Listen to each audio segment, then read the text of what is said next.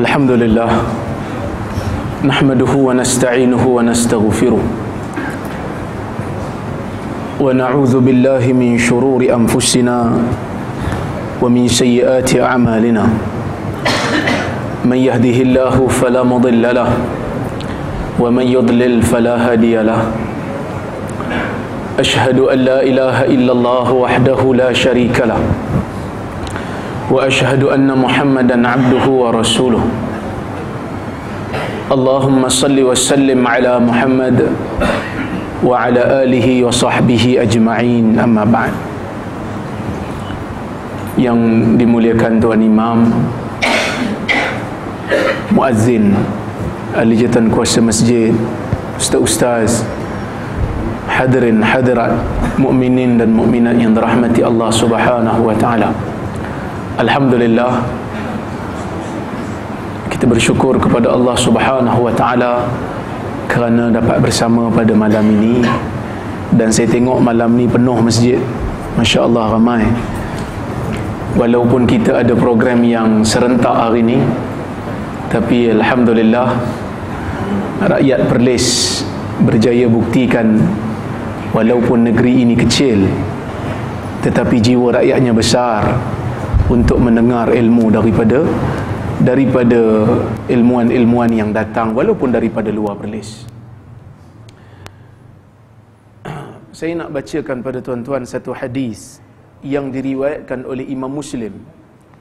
Mudah-mudahan kita dapat manfaat daripada hadis ini, dan insya-Allah ada soal jawab yang saya akan berikan ruang kepada tuan-tuan dan puan-puan untuk bertanya. Dan saya tak pasti ada mikrofon ke? Tadi saya nampak ada mikrofon.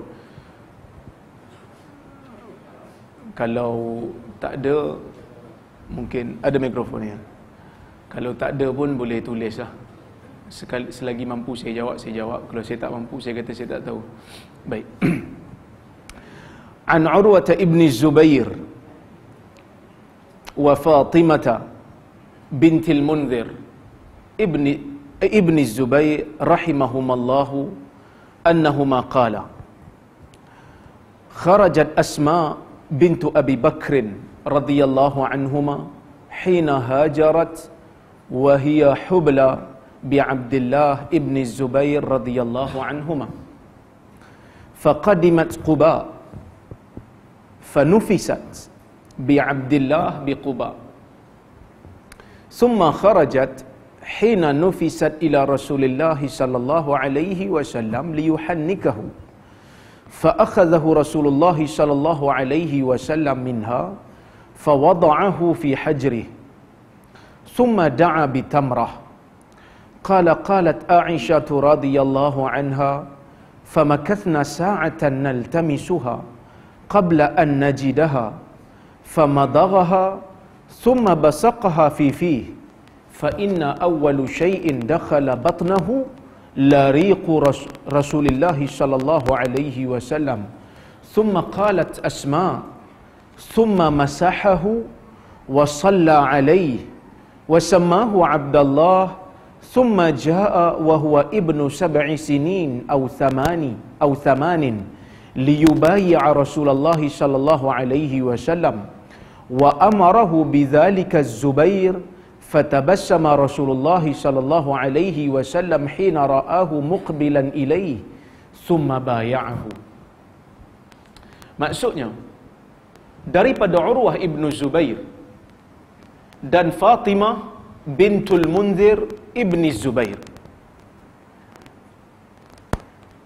anak saudara dengan pak saudara riwayat hadis yang sama. Seorang nama dia Urwah ibn Zubair yang merupakan anak kepada Az-Zubair ibn al-Awwam. Mak dia nama Asma. So ni pak saudara. Pak menakan kata orang Perlis. Pak menakan pak menakan. Urwah ibn Zubair merupakan tabi'in. Walaupun dia anak sahabat, dia tak sempat jumpa Nabi waktu Nabi hidup. Dia lahir lepas Nabi wafat. Abang dia, Abdullah ibn Zubair, sahabat. Ini kelebihan yang Allah Ta'ala beri pada orang tak sama. Saya baru balik daripada Bandung, Indonesia, Jakarta dan Bandung. Saya melihat suasana di Jakarta dan di Bandung. Ada sebahagian daripada saudara kita di sana yang struggle cari duit, susah payah cari duit. Ada yang make up sampai jadi hantu make up kat pasar malam, semata-mata nak cari duit supaya orang tangkap gambar dengan dia masuk dalam tong. Nak cari duit punya pasal. Sehingga kita fikir, kita kata Allah berikan kelebihan pada kita dengan kelebihan yang banyak. Tak sama Allah Ta'ala beri kelebihan pada manusia ni. Sebab itu Allah Ta'ala suruh berjalan, mengembara dan melihat suasana insan, supaya kita rasa diri kita hamba. Tapi saya ni pelik sikit. Apa yang saya buat orang kecam je. Pergi mengembara, bukan mengembara saja pun, ada mesyuarat dengan NGO Islam di sana. Saya kan Presiden IQ Malaysia. Jadi kita nak pergi jumpa, nak belajar macam mana NGO sana berdakwah. Tu pun kena kecam. Pergi Iran tak kena kecam pula. Pergi Jakarta kena. Tapi tak apalah. Kan? Baik. Urwah Ibn Zubair merupakan tabi'in yang diiktiraf sebagai fuqaha us-sab'ah secara sepakat. 7 orang fuqaha, 7 orang pakar fiqh yang menjadi rujukan bagi orang-orang Madinah. Tuan-tuan biasa dengar nama fuqaha sab'ah? Ha? 7 orang fuqaha, 7 orang ahli-ahli fiqh daripada kalangan tabi'in. Sebahagiannya anak kepada sahabat, sebahagiannya juga menantu kepada sahabat. Siapa dia fuqaha sab'ah? Antara fuqaha sab'ah ni Urwah Ibn Zubair, Kharijah Ibn Zaid bin Thabit, anak Zaid bin Thabit, Sa'id Ibn Musayyib, menantu Abu Hurairah. Berapa dah? 3. Sulaiman Ibn Yasar, Ubaidillah bin Abdullah bin Utbah bin Mas'ud,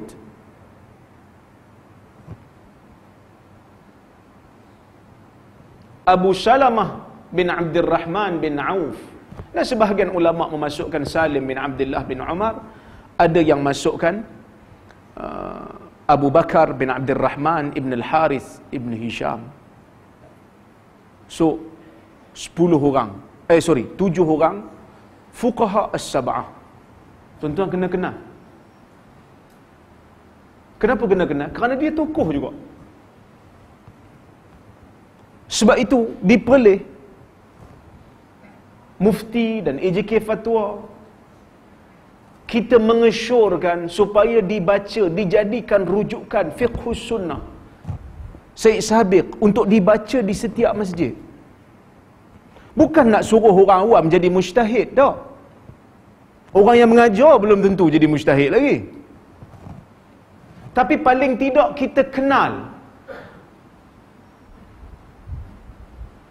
Tuan-tuan yang masuk PU pun, anak-anak kita kenal. Pencetus ummah, anak-anak kita kenal. Takkan fuqaha sab'ah tuan-tuan tak teringin nak kenal? Maka sebab itu kita promosi supaya masyarakat terbiasa dengan nama-nama ni. Dan Urwah Ibn Zubair, dia ada pandangan dia yang tersendiri dalam fiqh. Apa pandangan dia yang tersendiri? Di antara pandangan yang dinukilkan daripada dia, orang yang berjunub pada malam hari, bila masuk subuh esok masih belum mandi, puasanya tidak sah. Menyanggahi majoriti ulama. Paling tidak kita tahu, kita tak kata sesat. Sesat barat dah dia puak ni. Tak. Ada ulama yang berkata demikian. Bukan nak suruh ikut, paling tidak tahu Ni baru cerita bab qada salat, heboh satu Malaysia.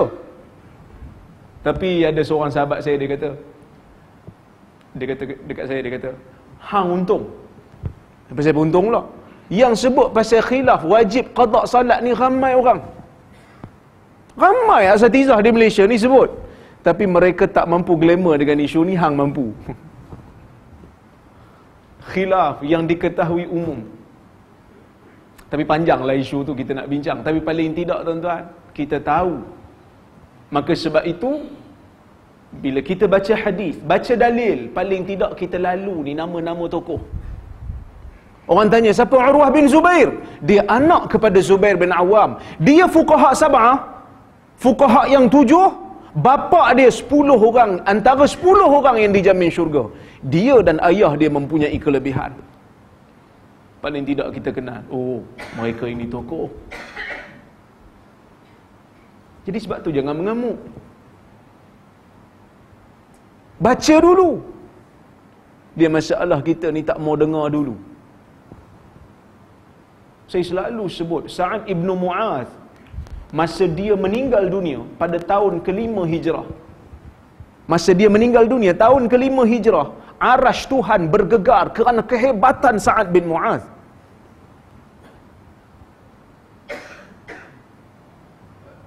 Dia masuk Islam tak lama, 5 tahun. 5 tahun. Apa yang menyebabkan dia masuk Islam? Dia pemimpin orang-orang Madinah sebelum Islam. Yang menyebabkan dia hebat tu bila dia masuk Islam. Apa sebab dia masuk Islam? Dia dengar Mus'ab sebut tentang dakwah. Mula-mula dia marah kat Mus'ab. Dia kata, kau datang sini pecah belah. Dulu kami elok satu padu. Elok dulu satu padu. Hang datang bagi pecah. Itu juga yang disebut dekat Nabi. Itu juga yang disebut kepada Al-Imam Syafi'i. Imam Syafi'i masa datang kat Mesir, sana Maliki kuat. Tokoh-tokoh besar Maliki dalam tu. Sehingga bila Imam Syafi'i nak datang ke Mesir, sebahagian daripada pengikut mazhab Maliki seronok. Dia ni anak murid besar Imam Malik. Dia akan menguatkan mazhab kita. Tengok-tengok dia buat mazhab baru.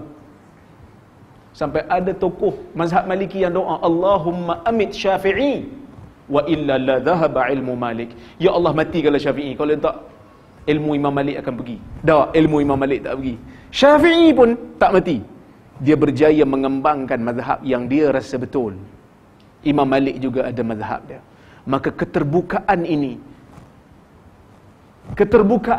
memberikan ruang kepada umat untuk melihat keluasan Islam dan kematangan Islam dalam berbeza pendapat dalam nak mencari kebenaran.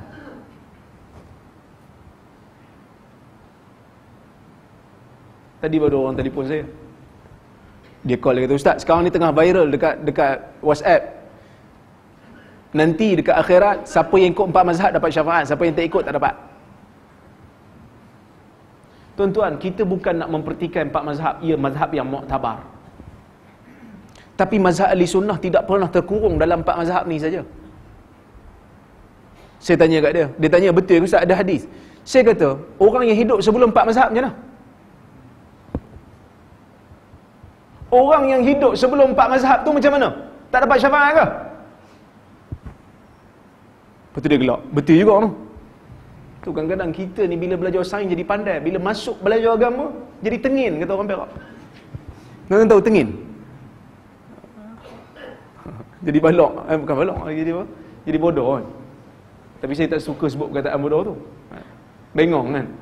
Maksudnya tak boleh fikir.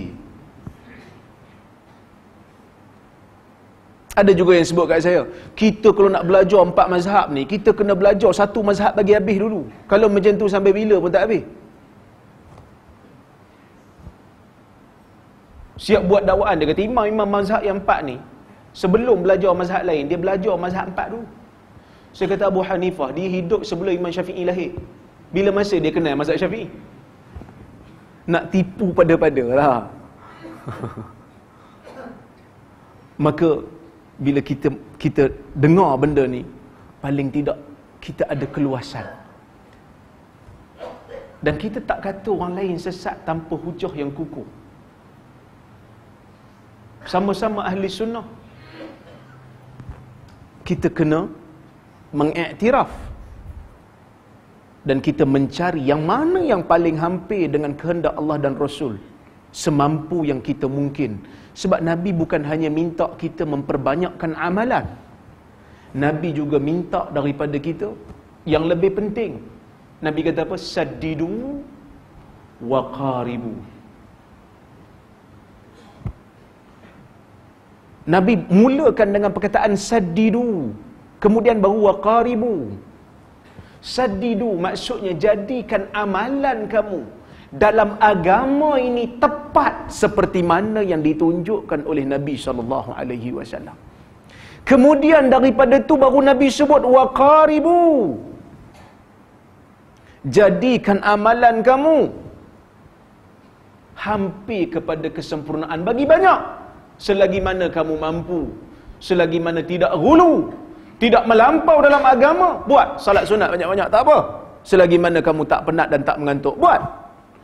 Tapi pastikan amalan yang banyak yang kamu buat mesti ada sifat sadat, mesti ada sifat tepat dengan kehendak Allah dan Rasul, dengan apa yang ditunjukkan oleh Rasul. Nak beramal, ramai orang nak beramal. Quraisy juga beramal. Bahkan Quraisy pun hebat buat haji. Quraisy buat haji zaman dia, tapi tak ikut cara Rasul. Maka sebab itu dalam bab ibadah, kita bukan tanya di mana Nabi larang. Dalam bab ibadah kita tanya, mana Nabi tunjuk? Di mana Nabi pernah tunjuk benda ni ada dalam ibadah? Maka sebab tu kalau orang, tuan-tuan, saya nak tanya tuan-tuan, katalah bulan Ramadan kali ni kita nak panggil orang, kita azan sebelum tarawih, okey tak? Azan isyak dah. Lepas azan isyak tu kita azan sekali lagi, panggil untuk tarawih, okey tak okey? Ha? Okey?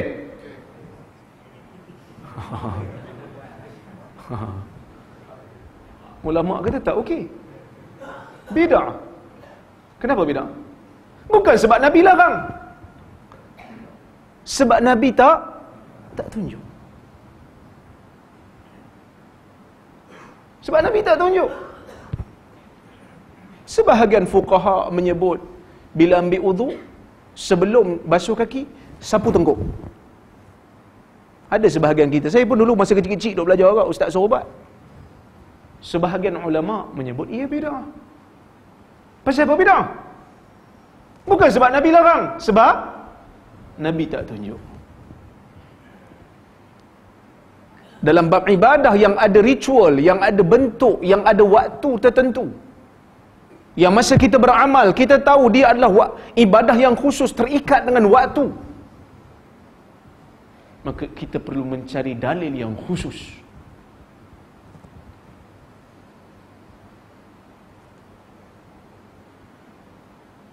Macam mana kita nak tahu? Dengan kita luaskan pembacaan. Tak cukup dah sekarang ni tuan-tuan, kita hanya terdedah dengan satu aliran saja, satu mazhab saja. Tak cukup dah. Sekarang ni budak tadika pun belajar kebat. Tahu kebat? Bukan Batman, kebat. Kemahiran berfikir aras tinggi. Daripada tadika belajar kebat dah. Kita pun tengok, budak jah 1, jah 2 dah belajar matematik, dah belajar pecahan. Kita lu jah 4 baru jumpa. Itu dalam bab dunia. Takkan dalam bab agama tuan-tuan, kita masih lagi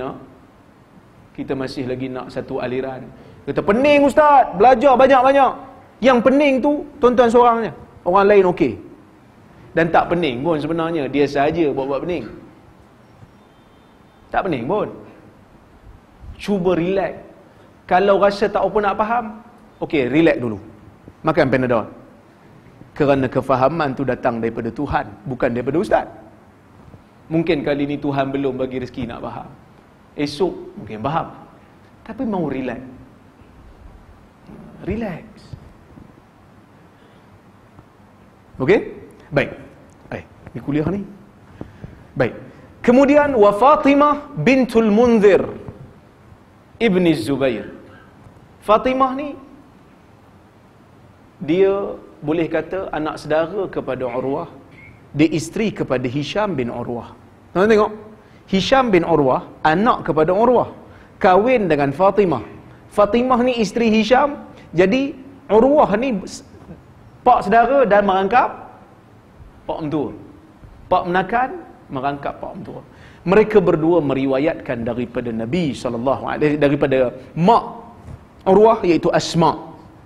Dia kata kharajat Asma radhiyallahu anha bintu Abi Bakar radhiyallahu anhuma hina hajarat wa hiya hubla bi Abdullah ibni Zubair radhiyallahu anhuma. Dia kata satu hari Asma keluar. Asma binti Abi Bakar, kakak kepada Aisyah, isteri kepada Zubair. Dia keluar waktu dia berhijrah dalam keadaan dia mengandungkan Abdullah, abang kepada Urwah. Abang kepada Urwah ni Abdullah, Asma ni mengandung waktu dia hijrah. Dan Asma ni dia cerita juga, keluarga ni keluarga yang hebat. Bukan keluarga biasa-biasa lah. Maksudnya keluarga ni keluarga tokoh. Pak dia antara 10 orang yang dijamin syurga. Isteri mak dia Asma ada kelebihan. Apa kelebihan Asma?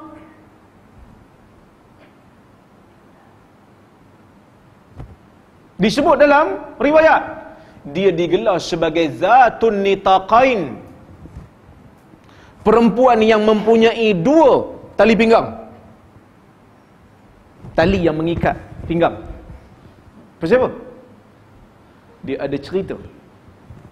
Asma ni masa Abu Bakar nak berhijrah dengan Nabi SAW, dia tolong siapkan bundut Abu Bakar. Orang Perak panggil bundut. Bungkus. Bungkusan. Bekas yang ikat tu kan. Dia tolong siapkan dan diikat. Tak ada benda nak ikat. Dia ambil dia punya tali yang dia ikat di badan dia. Dia koyak 2, diikat. Maka dia digelar sebagai perempuan yang mempunyai tali pinggang 2. Zatul Nitaqain. Dan Asma ni hebat. Waktu Abu Bakar pergi berhijrah, Abu Bakar bawa semua duit. Abu Bakar bawa semua duit. Datang Abu Quhafah. Abu Quhafah ni dia buta. Bapa kepada Abu Bakar. Ayah Abu Bakar tu namanya Abu Quhafah. Osman nama dia. Gelaran dia Abu Quhafah. Dah tua, mata pun dah tak nampak.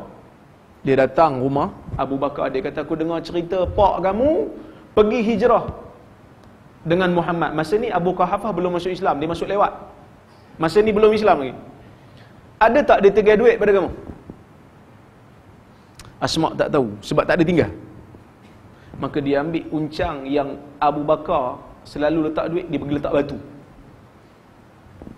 Tu dia kata, Tok, ni, banyak ni duit yang ayah tinggal. Tok dia buta kan?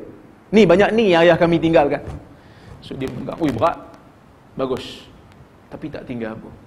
Tu Asma bintu Abi Bakar. Dia mengandung. Dia keluar berhijrah. Kerana pada waktu ni, hijrah wajib. Hebat tuan-tuan sahabat Nabi ni. Abu Bakar hijrah dengan Nabi pun susah. Duduk dalam gua Sur 3 hari 3 malam. Duduk dalam gua Sur tinggi. Kami tengok gua Sur. Tuan-tuan mungkin yang pergi umrah ke pergi haji ke, dia akan bawa pergi tengok kat gua Sur ni. Tinggi. Tapi ada orang panjat. Saya tengok. Belum panjat lagi terjulur lah dia dah.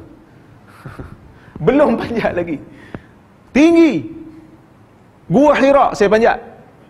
Itu pun mengah juga.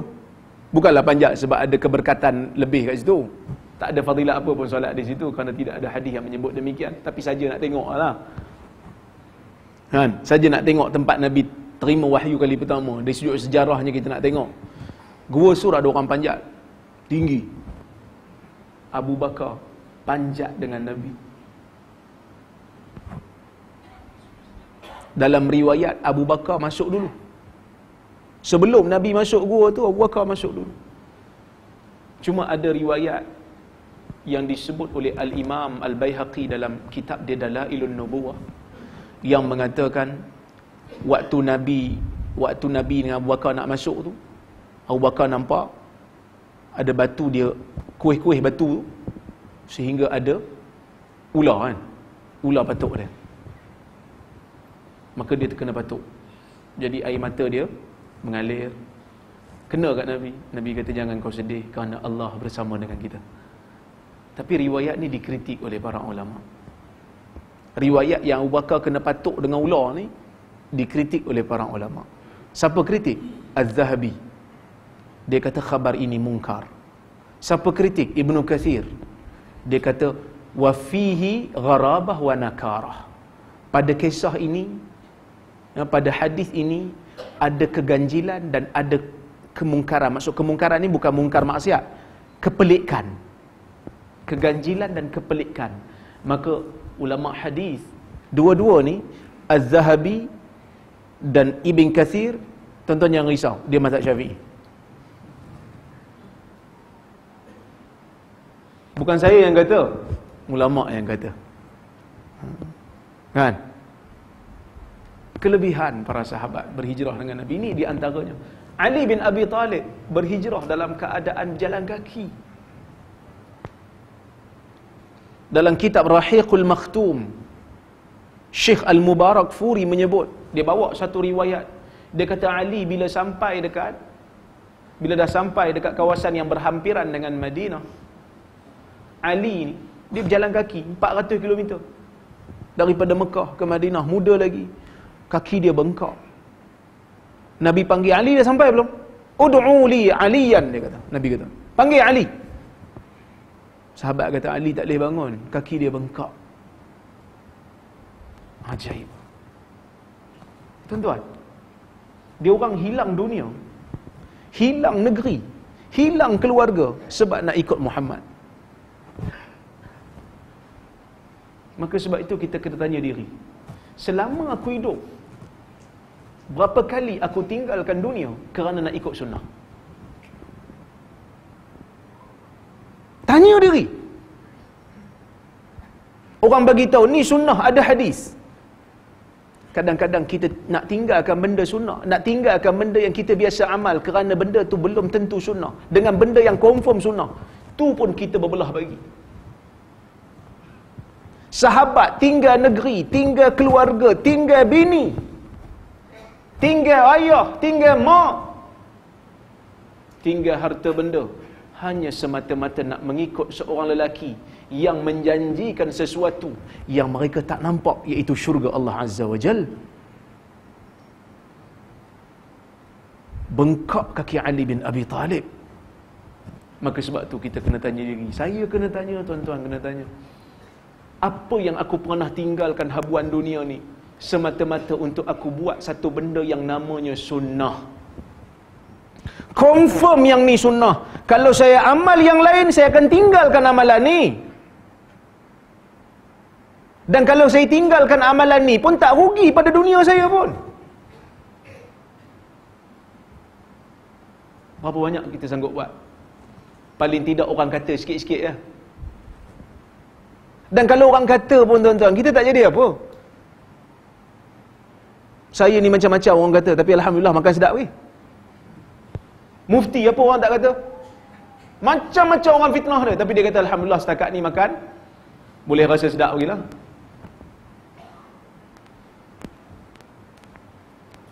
Bukan saya nak kata saya hebat, tapi paling tidak nak kata orang kata kat kita ni tak jadi apa. Tak jadi apa. Bahkan kadang-kadang Allah memberikan keluasan dari sudut yang kita tak sangka-sangka. Allah memberikan hiburan kepada kita sebagai habuan dari sudut yang kita tak sangka. Berdasarkan riwayat Ahmad, bila mana seorang hamba meninggalkan sesuatu kerana Allah, Allah akan ganti untuk dia. Allah ganti. Maka sebab itu para sahabat, mereka meninggalkan dunia semata-mata kerana nak ikut Muhammad, Allah Ta'ala ganti. Selepas daripada itu, mereka dapat harta rampasan perang yang banyak. Dalam perang Badar mereka dapat, dalam perang Ahzab mereka dapat, dalam perang Hunain mereka dapat, dan akhirnya mereka dapat menguasai Mekah balik. Walaupun asalnya mereka keluar daripada Mekah dalam keadaan hina dan dihalau, dan dalam keadaan sembunyi-sembunyi. Siapa sangka satu orang yang dihalau keluar, yang diancam bunuh, akhirnya datang membawa tentera untuk menguasai kota Mekah. Tapi Nabi tak pernah sombong dengan kebenaran. Nabi masuk ke Mekah dalam keadaan kepala Nabi tunduk sehingga terkena pelana kuda dia, kerana bersyukur dan tidak menyangka ini kelebihan Allah yang Dia bagi kepada hamba Dia yang bertawakal dan meninggalkan sesuatu hanya semata-mata kerana agama dan sunnah.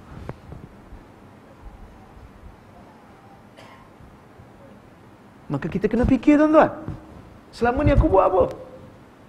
Saya kena fikir, tuan-tuan juga kena fikir.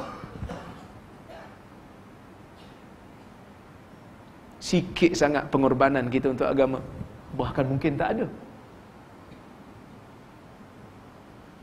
Maka dengan membaca kisah para sahabat, paling tidak kita rasa insaf, dan paling tidak kita kena rasa sayang kat sahabat yang telah membawa agama pada kita. Dan kita rasa kita akan pertahankan nama sahabat daripada dicaci maki oleh puak-puak Syiah yang melampau. Syiah banyak sekarang, kan? Berkembang, Syiah Melayu. Kita tak suruh bunuh Syiah, tapi kita kata kita tak setuju dengan perbuatan mengkafirkan para sahabat Nabi SAW. Ni mengandung dalam keadaan bunting, di akhir-akhir dah kandungan dia. Dia berhijrah 400 km punya perjalanan, bukan naik bas. Naik bas pun sakit pinggang, tanya kakak belakang, makcik, duk tepuk pinggang, sakit pinggang. Naik bas 400 km. Yang ni bukan naik bas, yang ni naik unta, naik kuda. Ajaib para sahabat Nabi SAW. Kemudian dia kata, faqadimat Quba, dia sampai di Quba. Asma ni sampai di Quba. Fanufisat bi Abdillah. Maka sampai kat Quba, terus dia melahirkan Abdullah. Dia melahirkan bayi yang dia sedang kandung. Maksudnya waktu ni, waktu dah sarat dah. Tuan-tuan cuba bayang kalau dalam perjalanan tu, mujur-mujur sampai dah. Kalau dalam perjalanan tu bersalin macam mana? Kita, isteri di akhir-akhir kandungan, kita tak bagi berjalan dah. Ni pengorbanan sahabat ni. Bila sampai di Quba, dia pun melahirkan kandungan dia. Dia lahirkan anak dia. Summa kharajat hina nufisat ila Rasulillah sallallahu alaihi wasallam liyuhannikahu. Kemudian bila dia dah bersalin, lepas dia bersalin tu, terus tu juga, tang tu juga, dia bawa anak dia, baby dia tu, pergi jumpa Nabi sallallahu alaihi wasallam supaya Nabi tahnikkan anak dia. Supaya Nabi tahnikkan anak dia. Apa maksud tahnik? Tahnik ni maksudnya memasukkan sesuatu makanan yang manis ke dalam mulut bayi yang baru lahir, di awal kelahiran dia. Nabi tunjuk dengan tamar. Cuma para fuqaha dia meluaskan, dia kata kalau tak ada tamar boleh dengan rutab. Rutab ni tamar yang belum kering, tamar yang masih ranum. Kalau tak ada, boleh guna apa-apa manisan, boleh guna madu. Tapi saya dengar cerita, wallahu alam, kajian moden kata madu ni tak berapa sesuai untuk bayi yang baru lahir, bawah umur 2 tahun. Itu berdasarkan kajian sains lah. Sebab tu Nabi tak tunjuk dengan madu. Ulama sebut dengan madu. Tapi kalau betul terbukti dari sudut sainsnya madu ini tak berkesan ataupun tak bagus, maka jangan bagi yang lain. tahnik. Apa kelebihan tahnik ni? Kalau kita baca fuqaha dulu, dia kata supaya mulutnya kuat, supaya yang awal masuk ke dalam perut dia yang manis, apa yang keluar nanti daripada mulut dia dan perut dia semua yang manis-manis. Tak bercakap ngutuk orang, tak bercakap maki hamun orang. Itu di antara faedah. Tapi sebenarnya pakar-pakar perubatan hari ini sebahagiannya mengkaji tentang rahsia Nabi suruh tahnik budak ni, dan mereka mengatakan memang ada kelebihan dia dari sudut sains. Kerana dalam benda manis ni dia ada glukos. Glukosa ni diperlukan oleh bayi. Yang mana bayi yang baru lahir ni, dia punya berat badan dia ringan, 2.4 kilo, 2.5 kilo, tak lebih 3 kilo lah biasanya. Kalau ada pun 3.2 kilo. Jarang sangat lahir-lahir 10 kilo. Kan? Jadi dia tak cukup glukos. Bila tak cukup glukos, dia boleh jadi tashannuj. Tashannuj ni maksudnya tarik, sawan. Maka bila kita bagi glukos kat dia, dia tambah tenaga, dia ada tenaga untuk isap susu mak dia. Itu di antara mukjizat saintifik yang ada dalam pensyariatan tahnik. Tapi bila kita sebut tahnik, saya tahu tuan-tuan biasa dengar tahnik. Tapi ada sebahagian kita yang kadang-kadang tak pernah dengar. Tahnik, apa tu? Saya ada ziarah satu orang, hamba Allah, dia dapat bayi dah sebulan kot, kan? Saya kata, dah tahnik belum? Tahnik tu apa? Saya kata, tahnik ni masukkan tamar sikit, kita kunyah, kita masukkan sikit untuk budak ni. Dia kata tak buat lagi. Dia pun pergi cari tamar. Ada ke tamar bukan bulan puasa ni?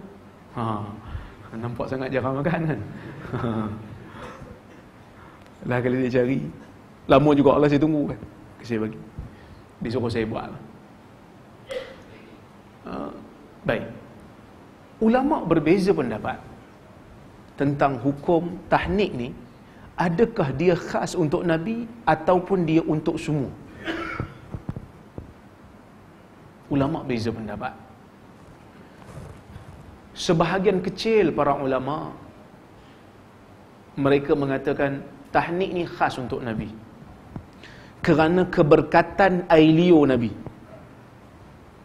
Mereka kata buktinya para sahabat, dia orang tak tahnikkan anak pada Abu Bakar, pada Umar, tak ada.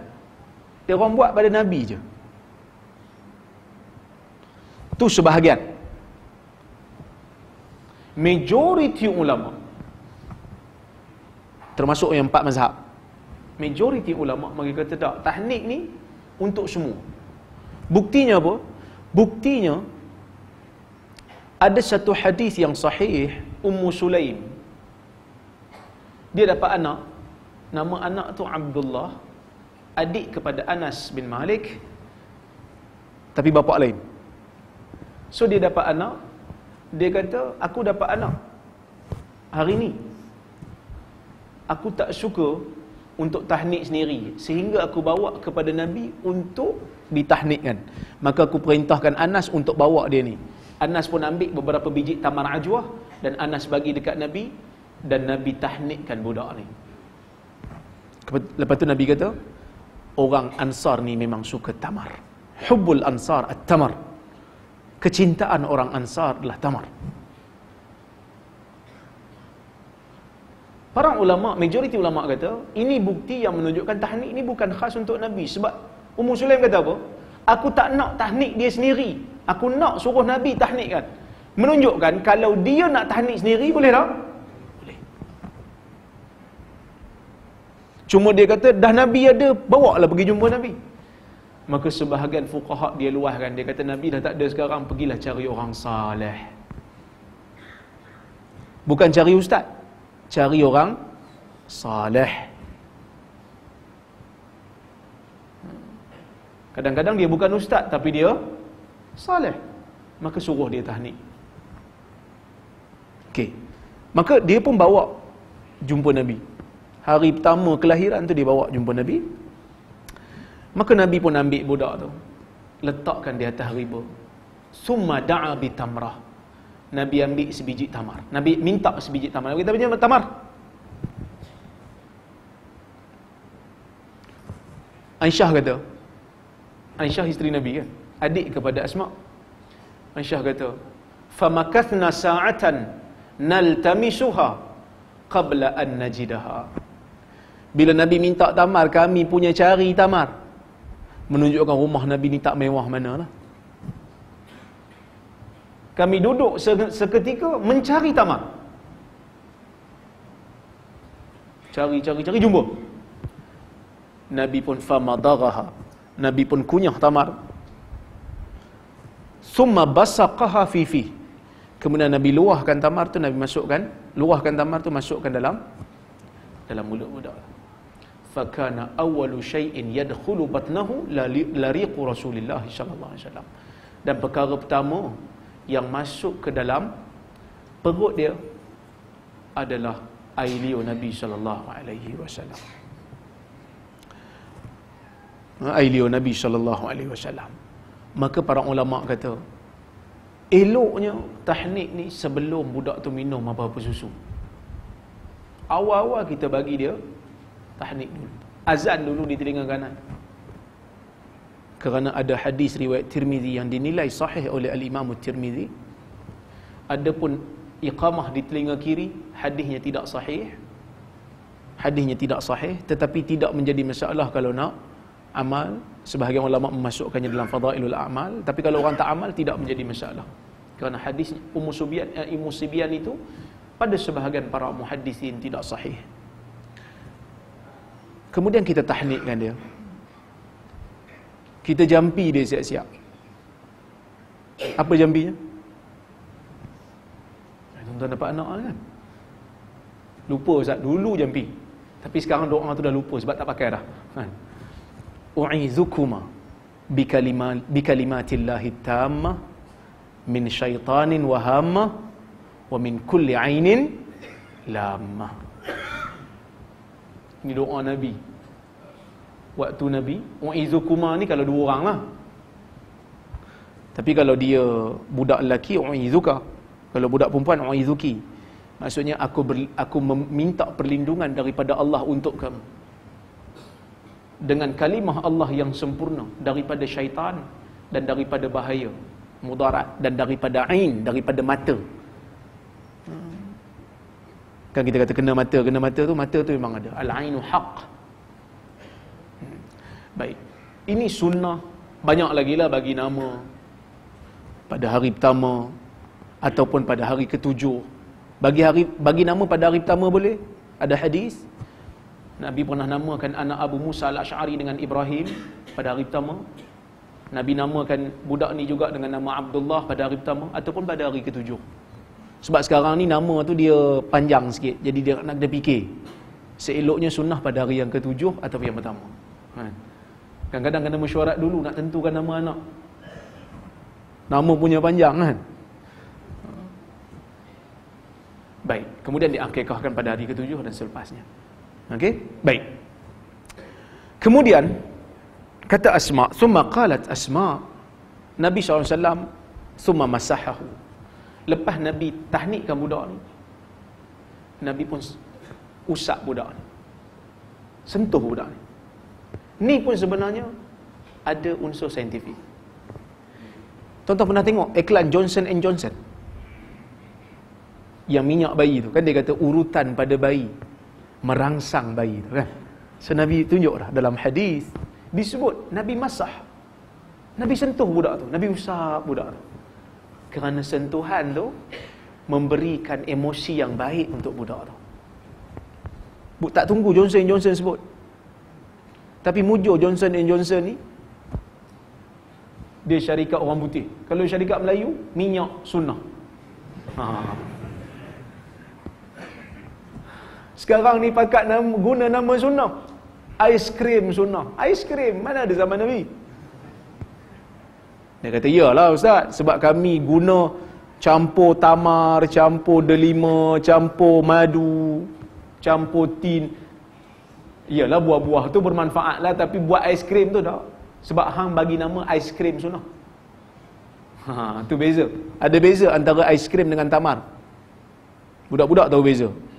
Aiskrim tamar dengan buah tamar. Ada beza tak? Ada beza. Kemudian masahu wa salla alaihi, Nabi doakan untuk dia. Apa Nabi doakan untuk dia? Dalam hadis Aisyah radhiyallahu anha sebut, kana an-nabiy sallallahu alaihi wasallam utiya bisibyan fayubarriku alaihim summa yuhannikuhum wa yubarriku alaihim. Nabi tahnikkan budak-budak dan Nabi doakan keberkatan untuk dia. Macam mana doa keberkatan? Allahumma barik lahu, ya Allah berkatilah dia. Ataupun Allahumma barik lahu wa barik alaihi, ya Allah berikanlah dia keberkatan dalam hidup dia,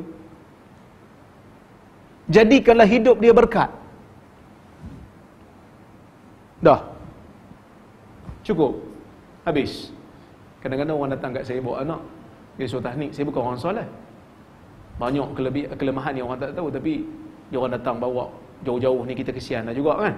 So kita pun tahnik. Tu kita pegang, usap-usap sikit kepala dia, usap-usap sikit badan dia. Kemudian kita kata Allahumma barik lahu wa barik alaihi. Tu kita bagi mak kat ayah dia. Dah Ustaz? Dah. Ayah kejap kan? Nasi minyak kambing tu ada kat belakang tu.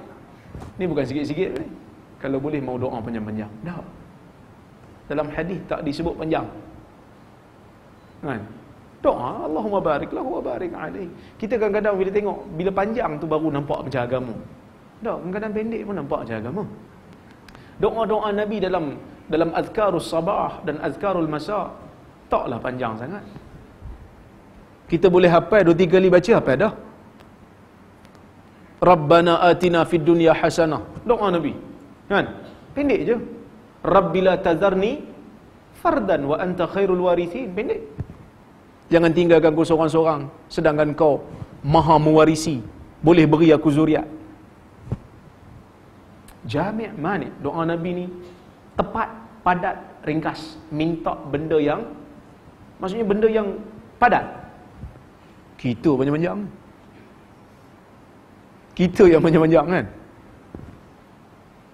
Ingatkan boleh makan lah. Alhamdulillah Rabbil Alamin. Orang pun nak cakap ayam Al-Fatihah. Ada Said A, Said B. Dia macam keset Said A, Said B. Kita rasa bila panjang tu agama. Tak semestinya. Kadang-kadang lagi panjang, lagi tak ada asal dalam syarak. Lagi panjang, lagi tak ada asal dalam syarak. Sebab tu Nabi kata saddidu dulu. Tepatkan dulu amalan.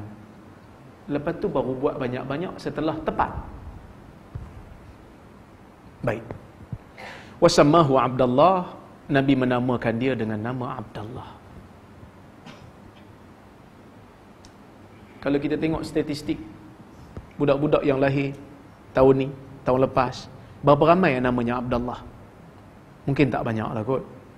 Kan? Yang banyak apa? Nama-nama yang agak kebaratan sikit. Ryan kan? Tapi muka mamak. Tak salah lah bagi nama tu. Tapi Nabi kata ahabbul asma ilallah Abdullah wa Abdurrahman. Nama yang paling cantik, yang paling disukai di sisi Allah itu Abdullah dan Abdurrahman. Ataupun nama-nama para anbiya, nama-nama tokoh, nama sahabat. Tapi sekarang tak lah. Nama semua nama orang putih lah. Jadi perelokkan nama anak tu. Ini hari pertama dia bagi, ataupun hari ke-7. Kemudian daripada tu dia baliklah. Dialah bayi yang pertama yang lahir selepas daripada hijrah ke Madinah. Di Madinah orang muhajirin punya anak, inilah bayi yang pertama lahir. Azan. Kita bagi azan lah.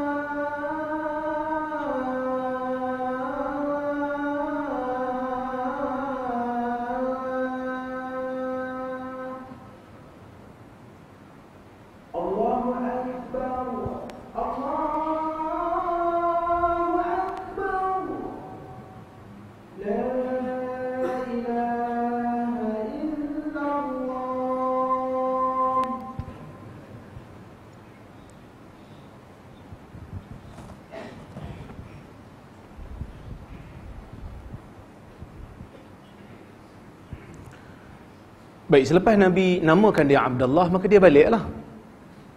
Kemudian kata Urwah, dia kata, "Summa jaa wa huwa ibnu 7 sinin aw 8."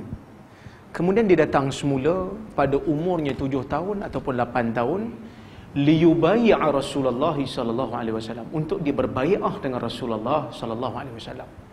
Bai'ah apa ni? Nabi sampai dekat Madinah, Nabi menjadi khalifah, dan khalifah itu perlu dibai'ah. Khalifah itu perlu dibai'ah. Walaupun dah lama, tapi dia baru lahir kan? Maka ayah dia bawa dia pada umur 7 tahun dan 8 tahun, ayah dia bawa dia jumpa Nabi untuk berbai'ah. Maka dia kata apa? Wa amarahu bidzalika Zubair. Kata adik dia, yang perintahkan dia untuk bai'ah pada Rasulullah ni Zubair, bapa dia. Fatabassama Rasulullah sallallahu alaihi wasallam hina ra'ahu muqbilan ilaih. Maka Nabi pun senyum melihat dia datang kepada Nabi untuk berbai'ah. Nabi terima bai'ah dia. Ini menunjukkan para sahabat, bila dia didik anak supaya anak tu walaupun kecil tapi fikir tentang benda yang besar. Sebab itu kita tengok Abdullah ibnu Umar umur belasan tahun, 14 tahun, dah tawar diri untuk turun jihad dalam perang Badar. Sehingga dia ditolak, tak boleh terima, Nabi tak terima dia. Begitu juga yang berlaku kepada Abu Sa'id Al-Khudri. Muda-muda tawar diri untuk perang. Ibnu Umar tawar diri untuk perang. Pada mulanya ditolak, sehingga umur 15 tahun baru Nabi terima. Cuba kita banding budak 15 tahun di zaman kita, duk main game lagi,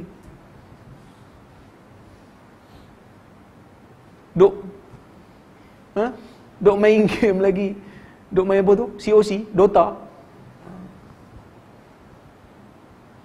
Anak-anak sahabat umur 8 tahun, 7 tahun fikir tentang urusan negara.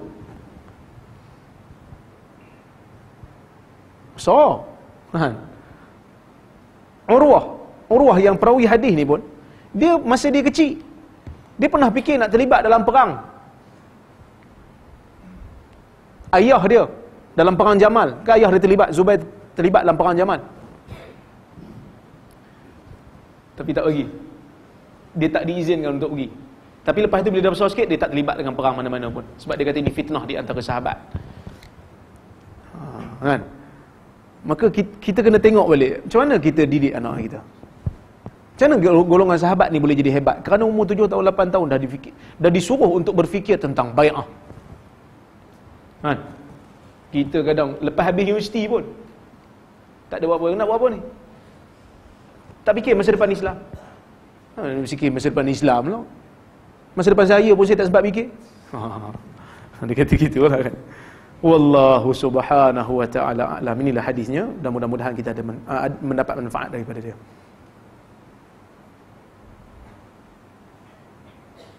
Apakah Nabi tahu perkara yang akan terjadi?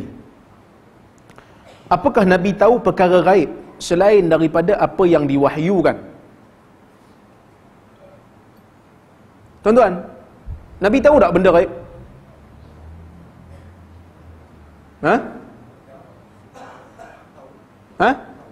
Tahu? Nabi tahu Nabi tak tahu. Mafatihul ghaib khamsah. Nabi sebut dalam hadis, kunci-kunci ghaib yang tak ada orang tahu melainkan hanya Allah Azza wa Jalla. Kalau Nabi tahu benda ghaib, Nabi tak ambil Amir bin Fuhairah untuk padamkan jejak kaki Nabi. Kalau Nabi tahu benda gaib, Nabi tak payah pergi tukar jalan masa hijrah sampai kena panggil Abdullah bin Uraiqid untuk tunjukkan jalan. Nabi tak payah duduk gua Sur 3 hari 3 malam, sebab Nabi tahu dah tak ada bahaya pun. Nabi tak tahu benda gaib melainkan apa yang Allah beritahu kat dia sahaja. Maka sebab tu bila orang tanya soalan kat Nabi, Fatimah bintu Abi Hubaish, Hamnah datang jumpa Nabi, dua-dua ni istihadah. Bila datang kat Nabi tanya tentang istihadah, Nabi kata pekup je lah. Dok banyak lagi pada tu. Fatimah kata. Sampai Nabi pun tutup dengan kain banyak-banyak. Sebab Nabi tak tahu. Sebab tu ada hadis kan yang saya selalu kat baca masa sampai di sini, kuliah-kuliah sebelum ni. Nabi kata apa? Innama ana basyaru mislukum wa innahu lataqtasimuna ilayya fala'alla ba'dakum yakunu alhana bihujjajihi min ba'd fa aqdi lahu nahwa ma sami'tu minhu faman qaditu lahu min haqqi akhihi shay'an fala ya'khudh innama qata'tu lahu qita'atan minan nar. Sesiapa yang aku ni manusia macam kamu, kata Nabi, dan kamu datang bila bergaduh je datang jumpa aku untuk aku selesaikan kes, dan mungkin sebahagian daripada kamu cakap pandai berbanding yang lain, maka aku pun mendengar dan aku berikan dia kes tu menang kat dia sebab dia pandai berhujah. Tapi kena ingat, siapa yang aku berikan pada dia hak saudaranya, maka jangan ambil, kerana aku telah potong untuk dia sepotong api neraka. Bila orang bergaduh depan Nabi, Nabi tak tahu mana betul mana salah. Kalau benda tu melibatkan benda gaib, Nabi hanya dengar hujah depan-depan, dan Nabi buat keputusan berdasarkan hujah yang dibentang depan dia. Nabi kata siapa yang aku bagi kes tu menang kat dia, sedangkan itu bukan hak dia, maka jangan ambil, kerana tu api neraka aku bagi. Aku tak salah sebab aku tak tahu. Tapi Nabi tahu sebahagian. Itu pun Allah bagi tahu, macam nama-nama orang munafik. Nabi tahu. Tapi bukan sebab Nabi tahu tu bukan sebab Nabi tahu keseluruhan yang gaib. Tak. Nabi tahu sebab telah diwahyukan kepada Nabi.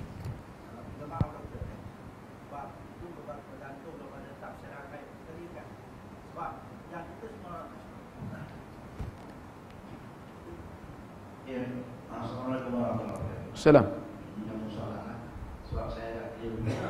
Sebab selama hari ini yang kita belajar ni, even kita sebagai orang Islam tu, kita percaya dengan benda gaib.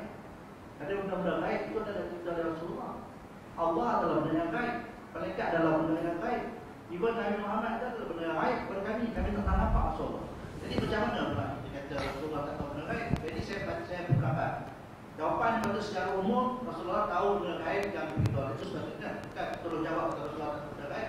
Dengar dulu. Dengar dulu apa kata Quran. Yalah, itulah sebab tu saya nak minta penjelasan. Ya, dengar Quran ya. Okay. Nak dengar Quran ya? Baik. Walau kuntu a'lamul ghaib lastakthartu minal khair wama massani yasu. Nabi kata dalam Quran ni, dalam ayat Quran Allah Taala kata, kalaulah aku tahu, yakni Nabi, ayat ni refer pada Nabi, kalaulah aku tahu benda gaib, sudah tentu aku akan memperbanyakkan kebaikan dan aku tidak akan kena apa-apa keburukan. Asalnya Nabi tak tahu benda gaib, melainkan apa yang Allah Ta'ala bagi tahu kat dia. Itu asal. Maka sifat Allah kita tahu tak tahu? Tahu sebab Nabi bagi tahu. Sebab apa Nabi tahu? Bukan sebab asalnya Nabi tahu, sebab Nabi terima wahyu. Tapi ada tak nama-nama Allah yang Nabi sebut dia tak tahu? Ada. Dalam doa Nabi sebut ada sifat nama-nama Allah yang ista'tharta bi'ilmik. Hanya Allah je yang tahu, Nabi tak tahu. Maka apa yang Nabi ajar kita dari sudut benda yang gaib, itu apa yang Allah beritahu kat dia. Apa yang Allah tak bagi tahu, dia tak tahu. Okey?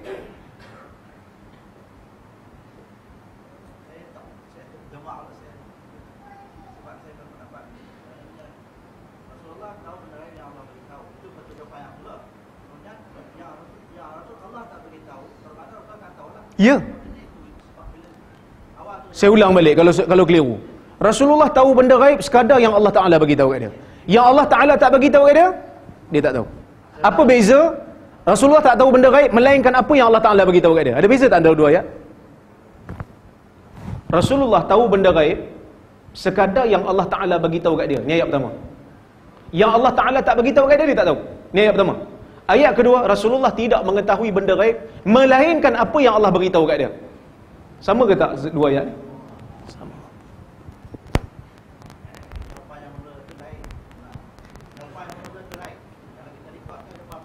Okey, nanti tengok rekod. Ha?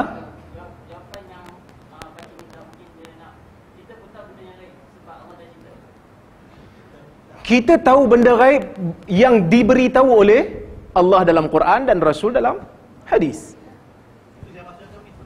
Benda gaib ni apa? Apa yang berlaku esok? Tak tahulah. Maksud kita tak tahu gaib lah. Melainkan tak, tuan-tuan, benda gaib ni bukan sikit. Benda gaib ni banyak. Yang Tuhan bagi tahu kat kita banyak ke sikit? Nak dibandingkan dengan yang kita tak tahu? Sikit.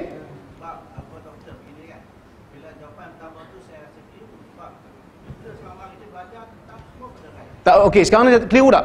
Jadi bila jawapan tu berubah, maka saya tolak. Tak, asalnya macam mana? Asalnya jawapan yang direkod salah. Jawapan tu macam mana? Yang tuan faham? Sebab awal-awal tu doktor Rasulullah tak tahu benda gaib. Patutnya doktor dia kata Rasulullah tahu benda gaib sebagaimana yang Allah nak bagi tahu kita dia tahu benda gaib. Sepatutnya jawapan kalau Tak apalah. kalau saya fail doktor. Mujur saya tak jadi student tuan. Orang lain jadi guru saya, tak apalah. Sebab jawapan awal tak betul lah. Tapi kalau, iyalah, tapi orang lain okey je kan? Orang lain okey, maksudnya guru, yang lain pun guru juga. Orang lain pun, saya pun banyak guru juga. Alhamdulillah saya tak pernah fail lah dengan guru-guru lain. Dengan tuan je. Mujur saya tak belajar dengan tuan lah. Ada lain? Assalamualaikum.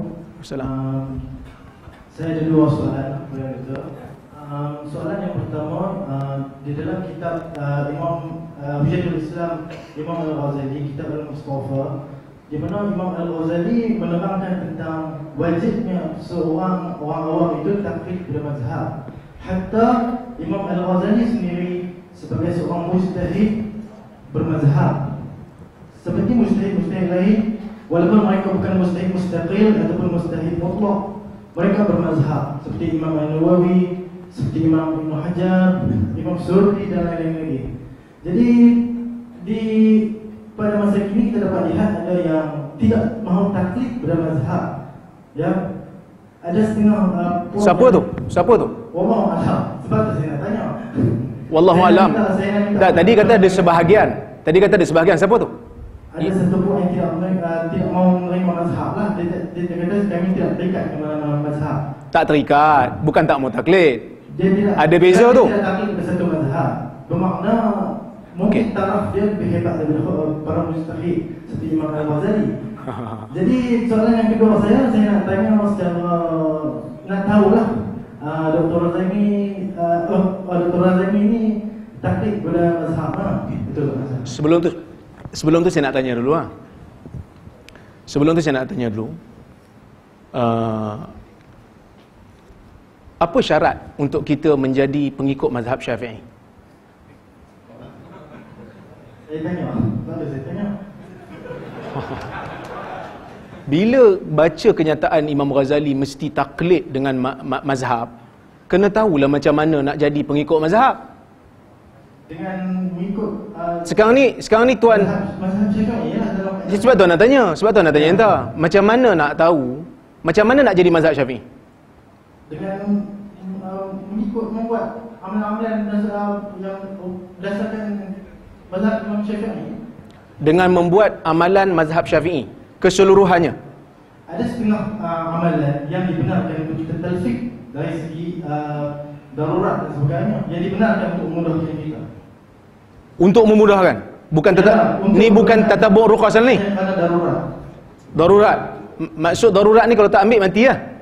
Tidaklah darurat bukan mati, tetapi untuk memudahkan urusan kita. Daruriyat ni ada 5. Kalau tak buat sama ada hilang agama, hilang nyawa, hilang akal, hilang harta, hilang keturunan.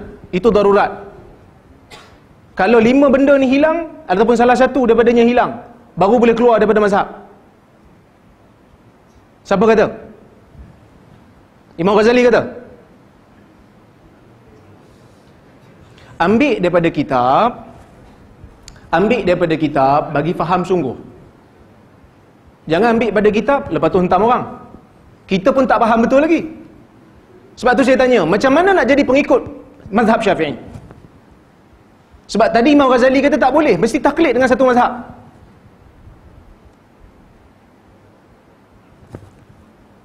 Mesti tahu usul mazhab Syafi'i. Mesti tahu fatwa-fatwa Imam Syafi'i. Jadi orang awam, kalau kita wajibkan dia taklid satu mazhab, akan menjadi payah pada orang awam. Dan siapa yang berani kata saya adalah mazhab Syafi'i, sedangkan kitab Syafi'i satu pun dia tak pernah khatam?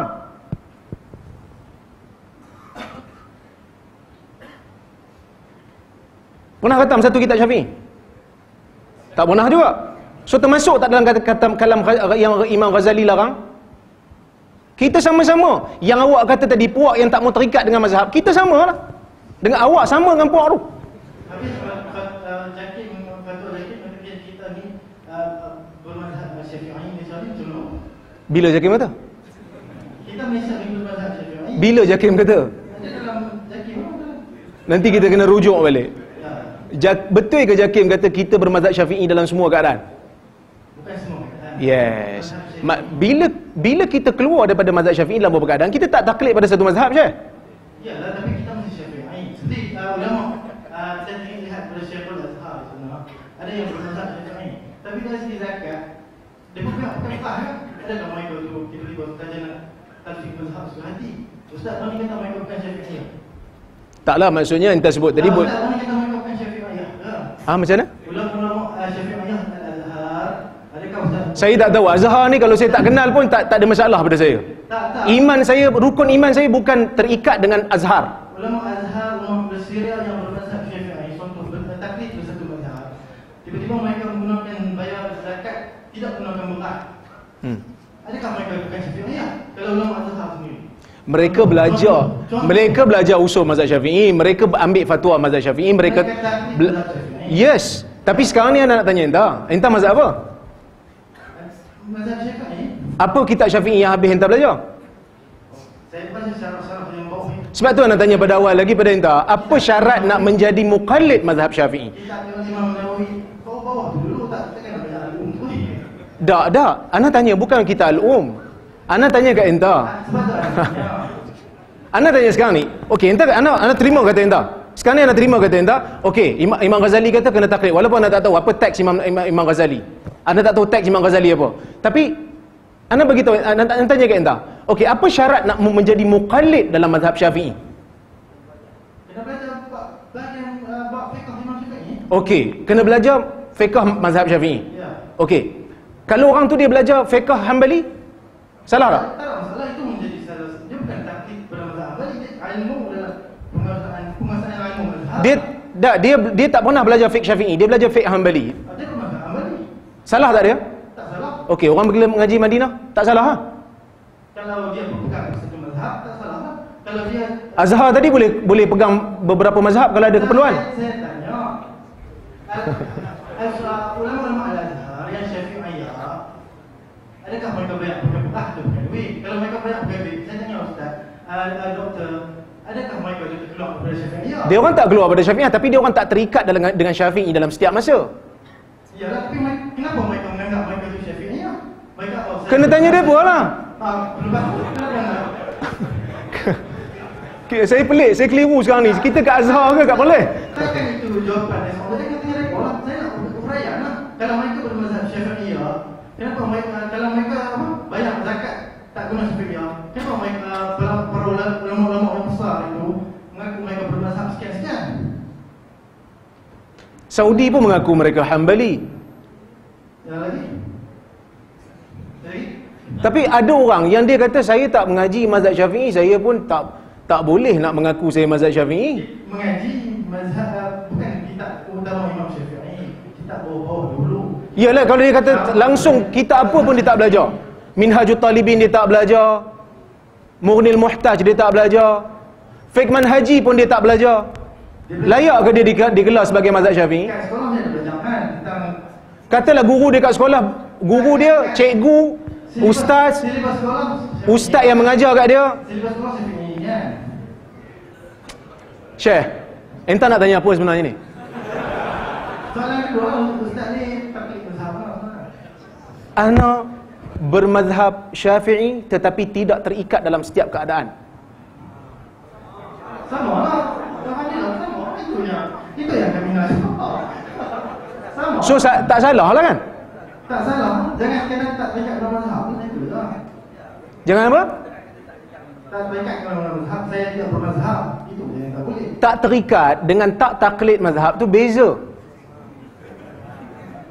Tak apalah, sebab tu saya tanya, sebab tu apa, para mujtahid pun bermazhab dan sebagainya.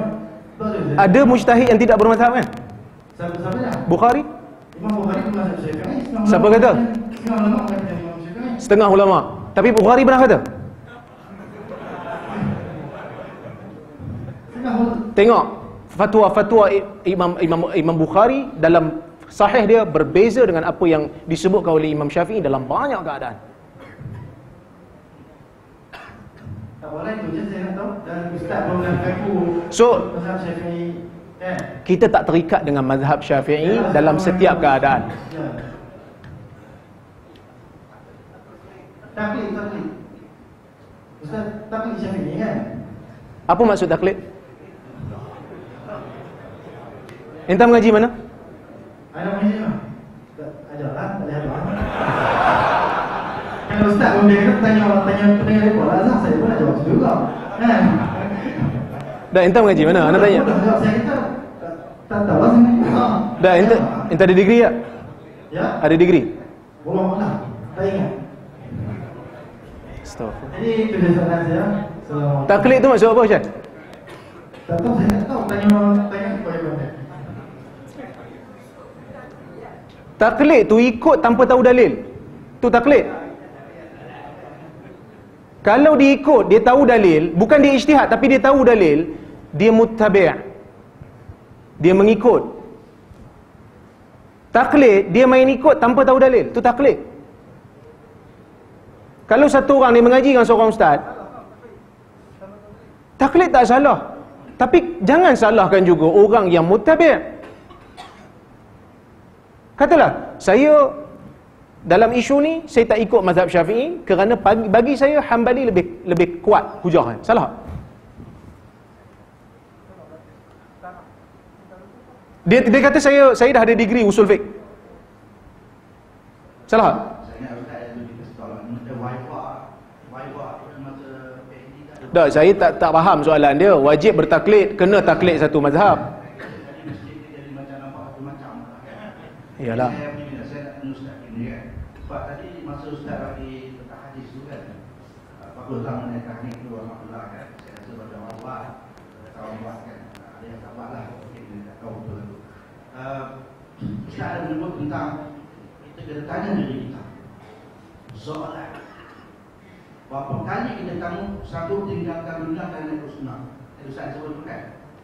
Jadi saya memang selalu bertanya lah datang ke masjid. Masjid ini katanya rumah Allah. Ya Ustaz. Sebab saya takut kena sebut ke tu kata tingkat mana Allah dalam masjid. Tapi yang saya tahu Baitullah. Apa itu sebut Baitullah. Baitullah itu bukan musuh Allah. Saya tak pandai Arab, minta maaf lah. Sebab saya sekolah mungkin tidak lagi bedak atau sambung. Kan? Okey. Jadi inilah. Sebab kita rasa memang masing-masing kita nak ikut yang Rasulullah lah. Kita tahu kan. So di antara ni kan, dari segi berpakaian, kita main masjid kan, kita datang masjid rumah Allah kan. Di antara pakai kayak dengan pakai songkok pada lebih sunnah. Satu juga.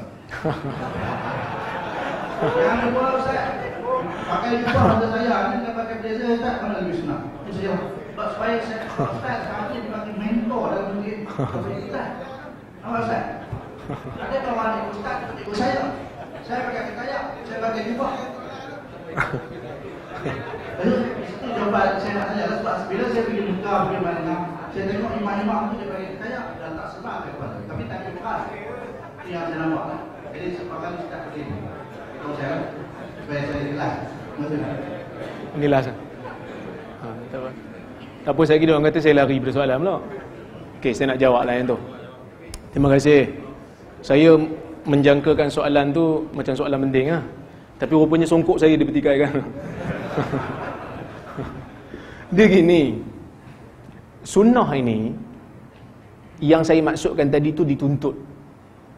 Kerana konotasinya hijrah itu dituntut. Sunnah ini ada sunnah yang dituntut, ada sunnah yang Nabi buat sebagai dia tu manusia. Nabi bila makan kambing, dia suka makan belah betih. Adakah makan belah betih lebih sunnah daripada makan belah belakang? Tak. Kalau macam tu, betih hilang dulu. Saya perlukan satu hadis yang Nabi galakkan kita pakai kopiah. Kalau nak kata, lebih sunnah pakai kopiah. Pakai ketayak. Satu hadis Nabi galak. Satu hadis yang Nabi kata siapa pakai kopiah dapat pahala sekian-sekian. Siapa pakai ketayak dapat pahala sekian-sekian. Untuk kata dia lebih sunnah. Hadis yang sahih ataupun hasan.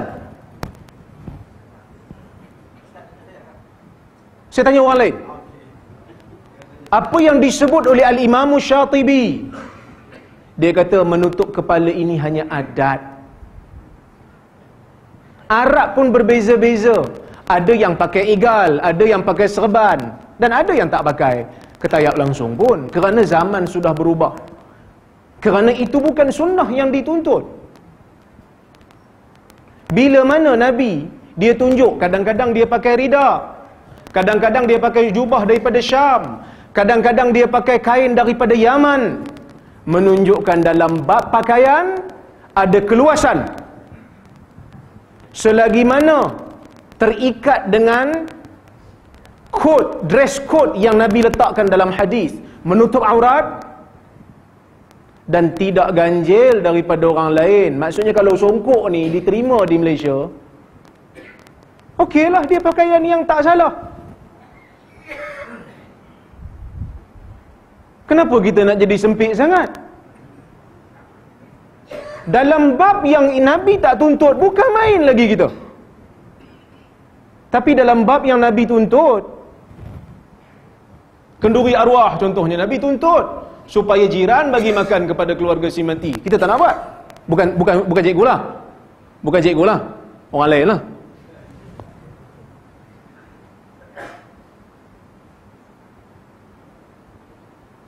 Tak. Pakai jubah tidak lagi sunnah daripada pakai baju Melayu. Dan pakai baju Melayu tidak lebih sunnah daripada pakai kemeja. Inilah keluasan Islam. Selagi mana menutup aurat dan tidak ganjil daripada pandangan orang, ni libasus syuhrah, maka ia diterima. Kerana Nabi juga tidak melazimi hanya satu pakaian. Okey? Bukan marah ni, tak marah. Okey, saya suka sebenarnya bila kita berdialog, berdiskusi, cuma nampak macam panas sikit, sebenarnya dah. Lepas ni kalau jumpa kita senyum-senyum ajalah, kan? Kita senyum, kita beza pendapat dalam satu isu, banyak benda yang kita sama, kan? Okey. Adapun di Perlis ini sebenarnya disebut mazhab Perlis adalah Ahlus Sunnah wal Jamaah. Maka dia tak letakkan prioriti kepada mana-mana mazhab. Adalah keluasan di situ untuk ahli-ahli fatwa berijtihad dalam ruang lingkup yang mereka mampu. Kerana tak nak mengikat diri dengan mazhab supaya ada keluasan kepada umat. Umar bin Abdul Aziz kata, la uhibbu an la yakhtalifa ashabu Rasulillah sallallahu alaihi wasallam fa innahum a'immatu yuhtada bihim fa innahum law lam yakhtalifu lakanatil ummah fi dhiq. Dia kata, aku tak suka kalau sahabat Nabi tak beza pendapat, kerana mereka imam-imam yang diikuti. Kalau mereka tak berbeza pendapat, dah tentu umat akan merasa sempit. Dan mazhab ni datang kemudian. Benar, ada fatwa yang kena ikut mazhab. Dia kata mesti terikat. Sebab apa? Sebab mungkin zaman tu orang dah mula tatabbu' rukhas dan mencari-cari kemudahan berdasarkan hawa nafsu. Tapi bila ahli fatwa buat fatwa, mereka ada kelayakan, mereka diyakini. Selagi mana fatwa itu bukan batil, bukan fatwa yang difatwakan oleh mana-mana Syiah contohnya diambil. Yang tu kalau dia ambil fatwa Syiah bercanggah dengan ahli sunnah, kita lawan lah. Kenapa kita menyempitkan benda yang Islam luas, kan? Sedangkan kita pembuat benda yang sama, cuma kita tak sedar diri je. Beza orang lain dengan kita, dia declare, saya tak terikat dengan mazhab, saya tak mengikat diri kita dengan mazhab dalam apa-apa isu. Tapi dalam kebanyakan pandangan, kita ambil Syafi'i. Saya mengajar fiqh manhaji setiap minggu, setiap bulan saya mengajar di Kuala Lumpur. Okey, banyak pendapat saya ambil daripada mazhab Syafi'i. Cuma adalah beberapa isu yang saya kata macam nampak macam dalil mazhab Syafi'i tak kuat, dalil Hambali lebih kuat. Bukan saya lebih pandai pada Imam Syafi'i, tapi saya membanding antara Imam Syafi'i dengan Imam Ahmad. Macam kita tengok orang main badminton peringkat dunia, kita bukan pandai main badminton, tapi kita tengok yang ni terror lagi ni, yang ni hebat lagi ni. Bukan kita pandai lagi. Orang suruh kita main kan tercungap-cungap juga. Tapi kita membandingkan di antara dua orang yang hebat. Tapi yang nak buat benda ni bukan orang awam. Yang perlu buat benda ni orang yang ada kemampuan, yang belajar, yang menyemak, yang mengkaji, yang menganalisa. Dia dah ada PhD dalam syariah, takkan dia tak boleh buat. Tesis dia pun disilih oleh profesor-profesor. Sampai bila kita nak rasa orang bawah lagi keilmuan pada kita?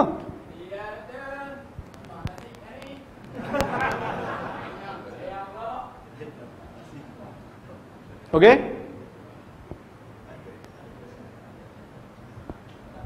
Ada yang dah lapar nasi? Sikit ya. Minta penjelasan juga doktor. Adakah ada perbezaan yang luas, jauh berkaitan dengan sunnah dan sunnah wal jamaah? Adapun dia sama saja. Macam mana? Sunnah dan sunnah wal jamaah. Dua perkataan yang dekat-dekat. Tapi sunnah satu. Sunnah wal jamaah satu. Dan selalunya sebut sunnah. Kalau sebut sunnah jamaah mungkin jadi lain. Pada salah-salah. Minta penjelasan. Itu dia. Baik. Assalamualaikum warahmatullahi wabarakatuh. Panjang Sebenarnya Ahlussunnah wal Jamaah itu satu istilah yang dipopularkan setelah munculnya mazhab-mazhab dalam akidah yang pelbagai. Munculnya Syiah, munculnya Khawarij, munculnya Qadariyah, baru ulama namakan golongan yang asalnya Muslim itu dengan nama Ahlussunnah wal Jamaah. Sebenarnya kalau sebut Ahlussunnah pun sudah difahami. Ahlussunnah ialah orang yang berada di atas sunnah. Dalam sunnah itulah yang suruh kita berada di atas jamaah. Cuma kenapa nak ditekankan Ahlus Sunnah wal Jamaah? Maksudnya Ahlus Sunnah yang berpegang dengan sunnah, yang kekal berada bersama jalan sahabat dan orang yang mengikut jalan sahabat. Itu maksud jamaah. Ma ana alaihi wa ashabi. Jalan yang aku dan sahabat aku berada di atasnya. Okey? Itulah maksud Ahlus Sunnah wal Jamaah. Okey? Terima kasih banyak. Terima kasih banyak. Saya minta maaf kalau saya terkasar bahasa, tersilap kata. Saya pun minta maaf kerana ambil masa yang lama. Terima kasih banyak atas jemputan. Saya doakan supaya kita semua menjadi orang yang sentiasa mencari yang dekat dengan apa yang Nabi SAW inginkan daripada kita. Aqulu qawli hadha wa astaghfirullahal azim li wa lakum. Wassalamualaikum warahmatullahi wabarakatuh.